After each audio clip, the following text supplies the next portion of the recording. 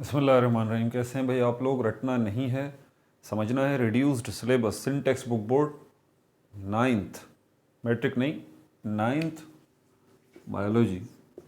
Copy pencil ले लीजिए, lecture को नोट करना है और मुस्कुराते रहना है। अब क्या कर रहे थे हम? ऑर्गन सिस्टम का पार्ट 4 कर लें आज। ऑर्गन सिस्टम्स का पार्ट 4। ये पूरी सीरीज़ चल रही है ऑर्गन सिस्टम को लेके। कोई स्पेसिफिक सिस्टम इसके अंदर, सारे सिस्टम्स डिस्कस हो रहे हैं 1 बाय 1, ठीक है, ताकि आपको एक ओवरव्यू मिल जाए सिस्टम्स को लेके। अलग अलग सिस्टम्स की वीडियो अलग बनाऊंगा बाद में, पहले एक ओवरव्यू ले लें। पार्ट 1 के अंदर हमने जिन सिस्टम्स को डिस्कस किया, पार्ट 1 में हमने डाइजेस्टिव सिस्टम को डिस्कस किया, उसके साथ सर्कुलेटरी सिस्टम को हमने कनेक्ट किया, और सर्कुलेटरी सिस्टम के साथ हमने रेस्पिरेटरी सिस्टम को कनेक्ट किया। समझ आ रही है बात आपको? अब यहाँ पर रेस्पिरेटरी सिस्टम की बात हो चुकी, इसके अंदर हमने देख लिया कि क्या हो रहा है, ब्रीथिंग क्या है, गैसेस एक्सचेंज क्या है, रेस्पिरेशन, ये सब पिछली वीडियो में डिस्कस कर चुके। क्योंकि सारे सिस्टम्स एक दूसरे के साथ कनेक्ट हैं और सारे सिस्टम एक दूसरे के साथ मिलके काम करते हैं, इसलिए इसको हम कहते हैं कोऑर्डिनेशन। क्या कहते हैं इसको? कोऑर्डिनेशन। कोऑर्डिनेशन का मतलब होता है मिलजुल के काम करना, मिलजुल कर काम करना। समझ में आ गई बात आपको? तो डाइजेस्टिव सिस्टम जो है डाइजेशन का काम कर रहा है, लार्जर फूड मॉलिक्यूल्स को स्मॉलर फूड मॉलिक्यूल्स में तोड़ रहा है। वो स्मॉलर फूड मॉलिक्यूल्स जो हैं वो स्मॉल इंटेस्टाइन से ब्लड में शामिल हो रहे हैं। ब्लड ये इनको लेके आगे जा रहा है। कहाँ पर जा रहा है? हार्ट, दिल की तरफ जा रहा है। दिल इस ब्लड को ले रहा है। इसके अलावा ब्लड जो है वो बॉडी से भी आ रहा है, ब्लड जो है वो लंग्स से भी आ रहा है। तो हमने ये सब चीज़ें पिछली वीडियोस में डिस्कस कर ली। और हार्ट जो है वो भेजने वाला है। हार्ट का काम है सेंडर। जिन रास्तों पे ये ब्लड जाएगा इसको लेके, उन रास्तों को हम ब्लड वेसल्स कहते हैं। ये खून की नालियाँ कहलाती हैं, जिनको नॉर्मली नसें कहा जाता है। नसें, ये आपकी नसें या नब्ज कहा जाता है। यहीं से फिर हमने एक चीज़ और भी देखी थी कि ब्लड आखिर लंग्स की तरफ क्यों जा रहा है और बॉडी की तरफ क्यों जा रहा है। बॉडी से वापस आ रहा है और लंग्स से वापस आ रहा है। लंग्स क्यों जा रहा है? क्योंकि वहाँ पर उसको एक्सचेंज का काम करना है। और बॉडी की तरफ क्यों जा रहा है ये ब्लड? वहाँ भी उसने एक्सचेंज का काम करना है। एक्सचेंज का मतलब लेन देन होता है, कुछ दिया जा रहा है और कुछ लिया जा रहा है। लंग्स को जाके ब्लड क्या दे रहा है और क्या ले रहा है, ये हमने डिस्कस कर लिया कि लंग्स में जाके ब्लड जो है वो कार्बन डाइऑक्साइड लंग्स को दे रहा है और ऑक्सीजन वहाँ से ले रहा है। बॉडी की तरफ, पूरी बॉडी के सेल्स में जो ये ब्लड जा रहा है एक एक सेल तक, वहाँ जाके क्या कर रहा है? वहाँ कौन सा एक्सचेंज हो रहा है? वहाँ पर ये ऑक्सीजन दे रहा है सेल्स को और उनसे कार्बन डाइऑक्साइड ले रहा है। तो ये लेन देन का काम दो जगहों पे होता है। अब यहीं पर हम 3 सिस्टम्स को जब डिस्कस कर चुके हैं, चौथा सिस्टम इसके साथ कनेक्ट करते हैं, जो कि हमारा एक्सक्रीटरी सिस्टम। एक्सक्रीटरी सिस्टम, याद रहे कि ये जो हम सिस्टम्स डिस्कस कर रहे हैं ये ह्यूमन बॉडी के सिस्टम है। एक्सक्रीटरी सिस्टम, ये सिस्टम क्या कर रहा है? एक वर्ड में बता दें, रिमूवल का काम कर रहा है। रिमूवल का मतलब खारिज करना या निकालना। खारिज करना या निकालना। हमारी बॉडी के अंदर बहुत सारे ऐसे चीज़ें हैं जो कि बॉडी के लिए नुकसानदेह हैं, उनको बॉडी से बाहर आना चाहिए। अब यहाँ पर, और ये काम कौन सा सिस्टम कर रहा है? ये एक्सक्रीटरी सिस्टम कर रहा है, ठीक है। एक्सक्रीटरी सिस्टम में आपके क्या क्या आ जाते हैं? एक्सक्रीटरी सिस्टम में आपकी किडनीज आ जाते हैं ह्यूमन बॉडी के अंदर, जिनको उर्दू में गुर्दे कहा जाता है। गुर्दे, आपको अपनी मदर टंग के बारे में पता होना चाहिए। इनको गुर्दे कहते हैं। ये 2 होते हैं छोटे छोटे से, ठीक है। और यहाँ इस जगह पर ये जो आपकी बैकबोन लगती है, ये जो कमर है आपकी, कमर की, पेट के इस साइड पर और बैकबोन पे, ये बैकबोन जो है ना आपकी कमर, इसके नज़दीक होते हैं ये, ठीक है। इनकी शक्ल किस किस्म की होती है? बीन शेप्ड होती है, इस तरह की, ये इस तरह की इनकी बीन शेप्ड जो है वो शक्ल होती है। अच्छा, तो ये वो ऑर्गन हैं जो कि आपके एक्सक्रीटरी सिस्टम के हैं। ये क्या हैं? ऑर्गन्स हैं। ये कर क्या रहे हैं? ये यूरिया को फिल्टर आउट कर रहे हैं। देखें, जिस चीज़ को फिल्टर आउट कर रहे हैं उसको देख लीजिए। किसको फिल्टर आउट कर रहे हैं? यूरिया। यूरिया क्या है? एक कंपाउंड है, कंपाउंड है, टॉक्सिक मटेरियल है, टॉक्सिक मटेरियल। टॉक्सिक का मतलब होता है जहरीला, जहरीला। तो इसको बाहर आना चाहिए आपकी बॉडी से। अब सवाल ये पैदा होता है, ये आपकी बॉडी से बाहर कैसे आएगा और किस शक्ल में आएगा? अब ये पैदा कहाँ पर हो रहा है ये देखना ज़रूरी है। इसके लिए आपको मैंने कहा ना कि सारे सिस्टम्स आपस में कनेक्ट हैं।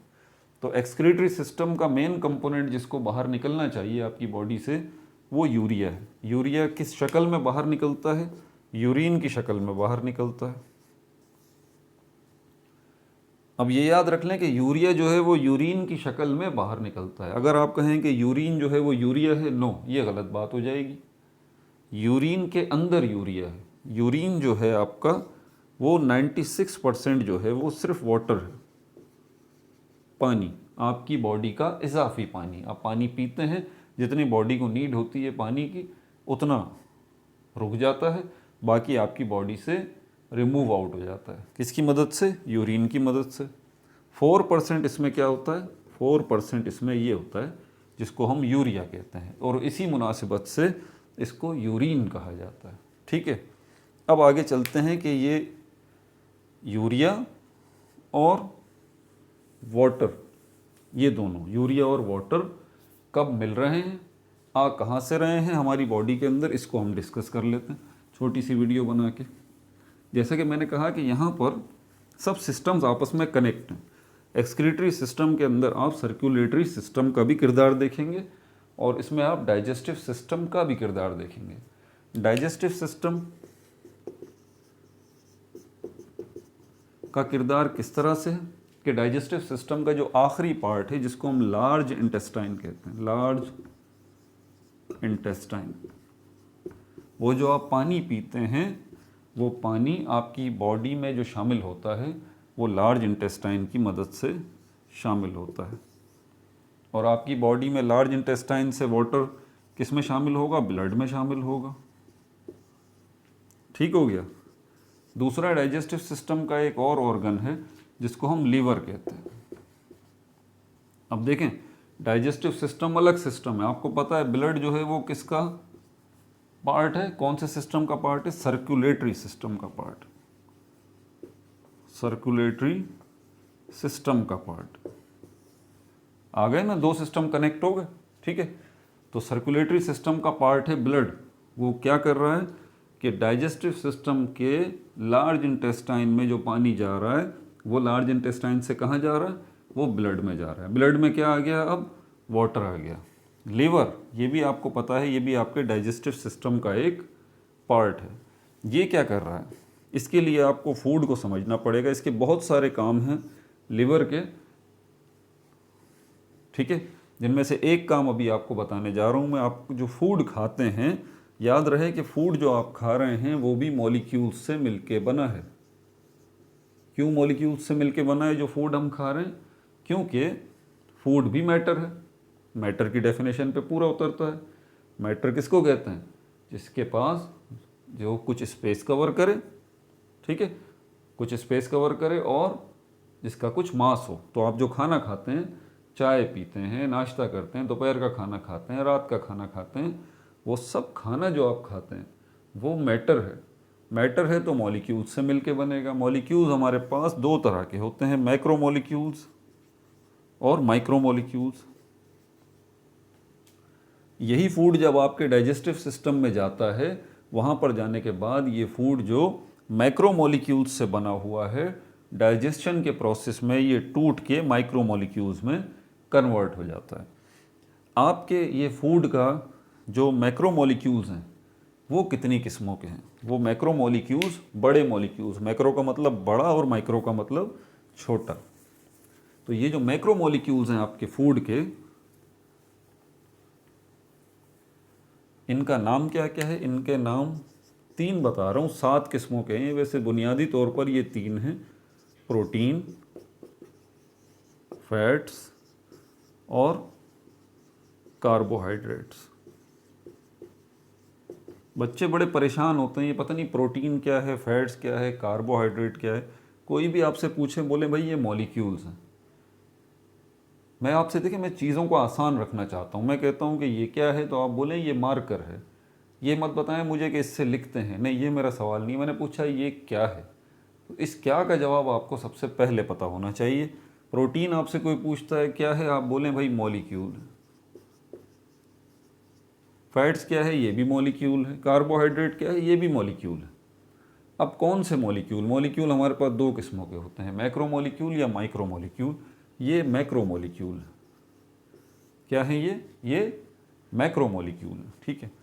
तो इनका जिक्र अभी हमारे पास नहीं है, एक्सक्रीटरी सिस्टम में इनका काम नहीं है फिलहाल। ये जो प्रोटीन्स हैं इनका काम है। ये जो मैक्रो मॉलिक्यूल्स हैं ये, और ये मॉलिक्यूल्स बना क्या रहे हैं? मैक्रो मॉलिक्यूल्स ये क्या बना रहे हैं? आपका फूड बना रहे हैं। अब जो आपने खाना खाया, बिरयानी खाई तो वो इन 3 चीज़ों से मिलके बनी हुई है। डाइजेशन का प्रोसेस हुआ, ठीक है, और डाइजेशन के प्रोसेस में ये मैक्रो मॉलिक्यूल्स माइक्रो मॉलिक्यूल्स में टूट गए, तीनों के तीनों। कार्बोहाइड्रेट्स भी माइक्रो मॉलिक्यूल्स में टूट गए, फैट्स भी और प्रोटीन्स भी। अब क्या होगा जब माइक्रो मॉलिक्यूल्स में टूट गए? डेफिनेटली ये ब्लड में शामिल होंगे। ये तो अपना काम कर जाएंगे, इनके जो माइक्रो मॉलिक्यूल्स होंगे फैट्स के और कार्बोहाइड्रेट्स के, ये अपना काम कर जाएंगे। प्रोटीन जो है हमारी बॉडी में, इसके बहुत सारे काम हैं इन मैक्रो मॉलिक्यूल्स के, ठीक है। अब प्रोटीन, आपको पता है ना, देखें, किसी भी चीज़ की ज़्यादती या कमी नुकसानदेह होती है। किसी भी चीज़ की ज़्यादती या कमी नुकसानदेह होती है। आपको मॉडरेट रखना चाहिए अपनी लाइफ को, अपने चीज़ों को, अपनी आदत को बैलेंस्ड, बराबर, मुतवाज़न, ना बहुत ज़्यादा ना बहुत कम। समझ में आ रही है बात आपको? तो आप जो प्रोटीन अपनी बॉडी में ले रहे हैं वो भी बैलेंस्ड होनी चाहिए। प्रोटीन ज़्यादा ना हो जाए और प्रोटीन कम भी ना हो जाए। इन केस अगर आपकी बॉडी में ये प्रोटीन जो है वो माइक्रो मॉलिक्यूल्स की शक्ल में, यानी कि अमाइनो एसिड्स की शक्ल में, इसके माइक्रो मॉलिक्यूल्स जो हैं वो अमाइनो एसिड्स कहलाते हैं। ये इसके माइक्रो मॉलिक्यूल्स का नाम है, किसका? प्रोटीन्स का। तो ये अमाइनो एसिड्स आपकी बॉडी में जा रहे हैं, ब्लड में शामिल हैं, फाइनली सेल्स तक पहुंचेंगे, क्योंकि सेल्स को नीड है इन सब की। तो जितनी ज़रूरत सेल्स को होती है उतने प्रोटीन्स वो रख लेते हैं। इजाफी प्रोटीन का क्या होता है? Additional protein. जो इजाफी प्रोटीन है अमाइनो एसिड्स की शक्ल में, वो पता है कहाँ जाते हैं? डाइजेस्टिव सिस्टम के अंदर लिवर के पास चले जाते हैं। किसके पास चले जाते हैं? लिवर के पास चले जाते हैं। कौन लेके जाता है? ब्लड ही। ब्लड ट्रांसपोर्टर है, उसका काम ही ये है, लाना ले जाना। तो अमाइनो एसिड्स जो है वो लिवर में चले जाते हैं। लीवर क्या करता है अब इन इजाफी अमाइनो एसिड्स का, क्योंकि हमारी बॉडी में अगर ये इजाफी अमाइनो एसिड्स पड़े रहे तो ये नुकसानदेह है, इसलिए लीवर जो है इनको रोल बैक करता है। लीवर इन इजाफी अमाइनो एसिड्स को क्या करता है? यूरिया में कन्वर्ट कर देता है। किस में? यूरिया में। किस में कन्वर्ट कर देता है? यूरिया में। तो आपको पता लगा कि ये यूरिया असल में पहले क्या था? अमाइनो एसिड्स था। अमाइनो एसिड पहले क्या था? प्रोटीन था। प्रोटीन क्या है? Macromolecules of food. तो फाइनली अमाइनो एसिड्स किस में कन्वर्ट हो गए? यूरिया में। जब लीवर में ये काम हो चुका, अब अगला स्टेप ये है कि लीवर में जब ये यूरिया मौजूद है, ये आगे यूरिया किस में शामिल हो जाएगा? फिर दोबारा ब्लड में। देखें, ब्लड का काम ही है, ब्लड दोबारा यूरिया लीवर से ले लेगा। और दूसरी चीज़ ब्लड ने क्या ली? लीवर से तो ये यूरिया ले लिया ब्लड ने, दूसरा लार्ज इंटेस्टाइन से उसने क्या ले लिया? पानी ले लिया, वाटर। वाटर भी सेल्स तक पहुंचा दिया, जितनी उनको ज़रूरत थी उतना सेल्स ने ले लिया, इजाफी पानी उन्होंने छोड़ दिया। अब यही इजाफी पानी लेके और यूरिया लेके ब्लड कहाँ जाएगा? आपके एक्सक्रीटरी सिस्टम के पास। ठीक है, कहाँ आएगा? आपके एक्सक्रीटरी सिस्टम के पास। मिटा दूं इनको।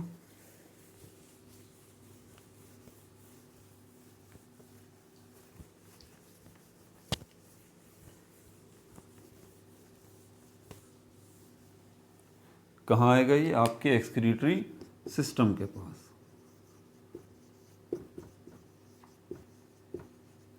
एक्सक्रीटरी सिस्टम में कैसे आएगा ब्लड? ऑब्वियस सी बात है, ये मैं बना देता हूँ। क्या है ये? सही तो थोड़ी नहीं बन पाई। ठीक है, ये हमारे पास जो है वो किडनीज़ हैं। एक्सक्रीटरी सिस्टम में ये किडनीज़ के पास आएगा। ठीक है भाई, बीन शेप्ड ये किडनीज़ होती हैं, इनके पास ये आ जाएगा। अब यहाँ पर जो आएगा ये कैसे आएगा? यूरिया, दोनों चीज़ें आ रही हैं ना। क्या क्या? यूरिया आ रहा है और वाटर। कौन सा वाटर? Additional water. ये दोनों चीज़ें किस में शामिल हैं? ये ब्लड में शामिल हैं। और ब्लड जो है वो कहाँ आ रहा है? वो इधर आ रहा है, यहाँ भी जा रहा है और यहाँ भी जा रहा है। अब ब्लड जाएगा तो किसी रास्ते पे तो होता हुआ जाएगा ना। उन रास्तों को हम क्या कहते हैं? उनको कहते हैं ब्लड वेसल्स। खून की नालियाँ, जो कि 3 किस्मों की हैं, आर्टरीज, वेन्स और ब्लड कैपिलरीज। अब मैं इस चक्कर में आपको यहाँ नहीं फंसाऊंगा कि आर्टरीज इन्वॉल्व हैं या वेन्स इन्वॉल्व हैं, इसमें क्यों है, ये बाद में देखेंगे तफसील से। अभी तो आप सिर्फ ब्लड वेसल्स को देखें जिसके ज़रिए ये यहाँ पर आ गया। अब क्या काम करेंगी किडनीज़? किडनीज़ का काम है फिल्टर करने का। फिल्टर का मतलब है छानना। याद रहे, आपके ब्लड के अंदर सिर्फ वाटर और यूरिया ही नहीं है, बल्कि आपके ब्लड के अंदर कार्बोहाइड्रेट्स भी हैं, फैट्स भी हैं और पता नहीं दुनिया जहान की क्या क्या चीज़ें हैं। तो यहाँ पर इस चीज़ की ज़रूरत है कि जो काम की चीज़ें हैं वो तो ब्लड में ही रहें, बाकी जो बेकार चीज़ें हैं वो ब्लड में से फ़िल्टर कर ली जाएं, उनको छान लिया जाए। जैसे कि चाय छाननी होती है, जिसको सीव कहते हैं, तो पत्ती हमारे काम की नहीं होती, वो ऊपर रह जाती है, चाय नीचे आ जाती है, चाय हम पी लेते हैं।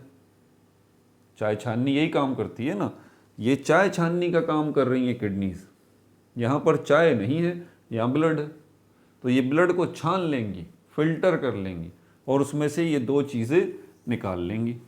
जब ये 2 चीज़ें निकल जाएंगी ब्लड में से, बाकी मानदा ब्लड जो है वो वापस चला जाएगा। आएगा ब्लड, इसमें से वो फिल्टर होगा ब्लड और ब्लड फिर वापस चला जाएगा। यहाँ से अब ये यूरिया और वाटर, यहाँ से ये जो ट्यूब्स नज़र आ रही हैं आपको, ये और यहाँ से ये सही नहीं बन पाई। ये जो ट्यूब्स हैं, यहाँ पर ये आता रहेगा ब्लड, सॉरी ब्लड नहीं, अल्लाह ना करे भाई ब्लड आए, ये यूरिन। अब मैं इसको नाम दूंगा यूरिन का।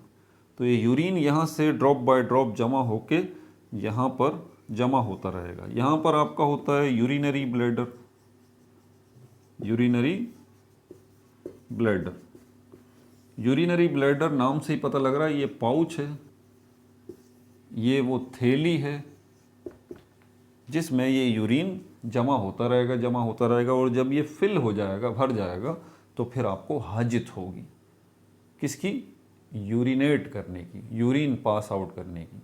समझ में आ गई बात? फिर आपको फील होता है कि हाँ आपको वॉशरूम जाना चाहिए। उसकी वजह ये होती है कि यूरिनरी ब्लैडर जो है वो भर जाता है और इस तरह से इजाफी पानी और यूरिया जो है वो आपकी बॉडी से रिमूव आउट हो जाता है। ठीक है भाई, तो ये पार्ट 4 में हमने एक्सक्रीटरी सिस्टम का भी कनेक्शन देख लिया। जाते जाते एक चीज़ और आपको बताता चलूँ कि इनके ऊपर तो हम तफसीली वीडियोस बाद में बताएंगे, ये तो सिर्फ ओवरव्यू ले रहे हैं ऑर्गन सिस्टम्स का। सर्कुलेटरी सिस्टम का भी ओवरव्यू हो गया और जो है डाइजेस्टिव सिस्टम का भी हो गया, रेस्पिरेटरी सिस्टम का भी हो गया और आज एक्सक्रीटरी सिस्टम का भी हो गया। 5वां सिस्टम जो बहुत ही मुश्किल है, जिसको नर्वस सिस्टम कहते हैं, इंशाल्लाह पार्ट 5 के अंदर हम उसको शामिल करेंगे इन सिस्टम्स के साथ। क्या उन नर्वस सिस्टम का इन सिस्टम्स के साथ कोई कनेक्शन है? बिल्कुल भाई, सारे सिस्टम्स एक दूसरे के साथ कनेक्ट हैं, मिलजुल के काम करते हैं, जैसे कि अभी मैंने दिखाया आपको। ठीक है, आपकी बॉडी के अंदर ये जो आपकी स्किन है, ये भी एक्सक्रीटरी ऑर्गन है जी, सिर्फ किडनीज नहीं है, ये स्किन भी है। ठीक है, क्यों? बल्कि मैं तो कहता हूँ ये जो लंग्स हैं आपके, ये भी एक्सक्रीटरी ऑर्गन है। एक्सक्रीटरी ऑर्गन मतलब जो एक्सक्रीशन का काम कर रहे हैं। ठीक है, तो यहाँ पर ये जो एक्सक्रीटरी ऑर्गन है, क्यों? उसकी वजह ये है, ये एक्सक्रीशन में वेस्ट प्रोडक्ट आपकी बॉडी से बाहर आते हैं।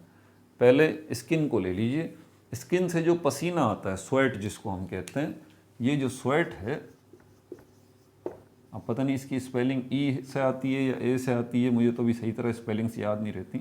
स्वेट, बहरहाल इसकी प्रोनाउंसिएशन मुझे याद है, इसको स्वीट बच्चे पढ़ते हैं पसीने को, ये स्वीट नहीं है, ये स्वेट है। ठीक है, स्वीट ये है, हाँ याद आ गया, स्वीट ये है, मीठा जिसको कहते हैं, प्यारा, ये स्वेट है, इसका मतलब पसीना, परस्पायरेशन भी कहा जाता है इंग्लिश में। तो पसीना जो आपकी बॉडी से निकलता है, तो उसमें भी ये दो चीज़ें होती हैं, थोड़ी सी मिकदार यूरिया की, ज़्यादा मिकदार पानी की, जो कि नॉर्मली गर्मियों में बहुत ज़्यादा होता है। ठीक है, लंग्स को भी एक्सक्रीटरी ऑर्गन कह सकते हैं। उसकी वजह क्या है? उसकी वजह ये है कि लंग्स जो हैं वो किस चीज़ को रिमूव आउट कर रहे हैं? कार्बन डाइऑक्साइड गैस को। कार्बन डाइऑक्साइड गैस ये आपकी बॉडी में पैदा होती है और आपकी बॉडी के लिए नुकसानदेह है, इसीलिए इस कार्बन डाइऑक्साइड गैस को आपकी बॉडी से बाहर आना चाहिए, जिसका किरदार रेस्पिरेटरी सिस्टम अदा करता है। बात समझ में आ गई? अब आखिर में सबसे अहम बात, सारी बातें अहम हैं, इसको मिटा दूं। फीसेस, फीसेस क्या होते हैं ज़रा इसको भी समझ लीजिए, बायोलॉजिकल टर्म। फीसेस कहते हैं हम सॉलिड वेस्ट प्रोडक्ट्स को, जो हमारी बॉडी से रिमूव आते हैं ना, पोटी शोटी, उसको फीसेस कहा जाता है। और स्टूल भी कहते हैं, स्टूल कहते हैं या स्टोल कहते हैं, स्टूल कहते हैं, ये दो नाम है।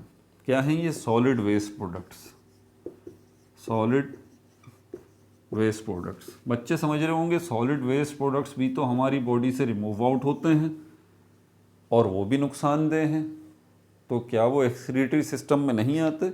नहीं, वो एक्सक्रीटरी सिस्टम में नहीं आते, वो आपके डाइजेस्टिव सिस्टम में आते हैं। उसकी वजह क्या है? एक्सक्रीटरी सिस्टम की एक ख़ास बात ज़रा समझ लीजिएगा। एक्सक्रीटरी सिस्टम के अंदर वो वेस्ट रिमूव आउट होते हैं जो कि आपकी बॉडी की प्रोडक्शन है, प्रोडक्शन ऑफ योर बॉडी, मतलब आपकी बॉडी के सेल्स में पैदा हो रहे हैं।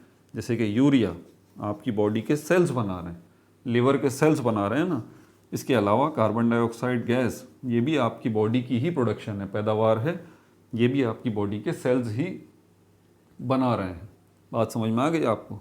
वाटर जो है वो आपकी बॉडी के सेल्स नहीं बना रहे, बना रहे हैं। सर क्या बात कर रहे हैं? बना रहे हैं भाई।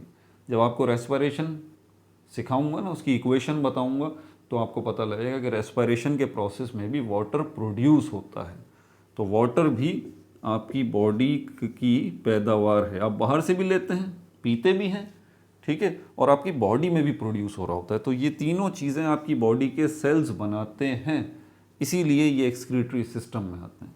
जो फेसेस या स्टूल या वेस्ट प्रोडक्ट है, वो आपके फूड की बकाया जात है, रिमेन्स ऑफ योर फूड। होता यह है कि जो फूड आप खाते हैं वो सारा का सारा डाइजेस्ट नहीं होता। फूड के कुछ चीज़ें ऐसी होती हैं जो कि डाइजेस्ट नहीं होती, वो लार्जर फूड मॉलिक्यूल्स होते तो हैं लेकिन वो ब्रेक डाउन नहीं होते। वो जैसे आप खाते हैं वैसे ही आपकी बॉडी से रिमूव आउट हो जाते हैं। तो आप गौर करें, जैसे आपने खाए वैसे ही आपकी बॉडी से रिमूव आउट होगा in the form of faces और स्टूल। तो सेल्स ने तो नहीं बनाए, वो सेल्स ने तो नहीं बनाए, जो फूड आपने खाया उसका कुछ हिस्सा फेसेस की शक्ल में रिमूव आउट हुआ है, इसीलिए ये एक्सक्रीटरी सिस्टम में नहीं आता। समझ आ गई बात? इसको हम डिफिकेशन कहते हैं, डिफिकेशन। स्पेलिंग्स वगैरह गलत हो गई हो तो माफ़ कर दीजिएगा, इस प्रोसेस को हम डिफिकेशन कहते हैं, एक्सक्रीशन नहीं कहते, जिसमें आपके सॉलिड वेस्ट प्रोडक्ट्स आपकी बॉडी से रिमूव आउट होते हैं। तो आपकी बॉडी का आप जो फूड ले रहे हैं उसका बचा हुआ हिस्सा जो कि डाइजेस्ट नहीं हुआ वो आपकी बॉडी से रिमूव आउट हो रहा है, आपकी बॉडी की प्रोडक्शन नहीं है। समझ आ गई बात? अपना बहुत ज़्यादा ख्याल रखिएगा। पार्ट 5 में इंशाल्लाह मुश्किल तरीन कॉन्सेप्ट जो है वो नर्वस सिस्टम बच्चों को बहुत डिस्टर्ब करता है, उसका ओवरव्यू भी लेंगे और इन सिस्टम्स के साथ उसका कनेक्शन भी देखेंगे। No like no subscribe, only share.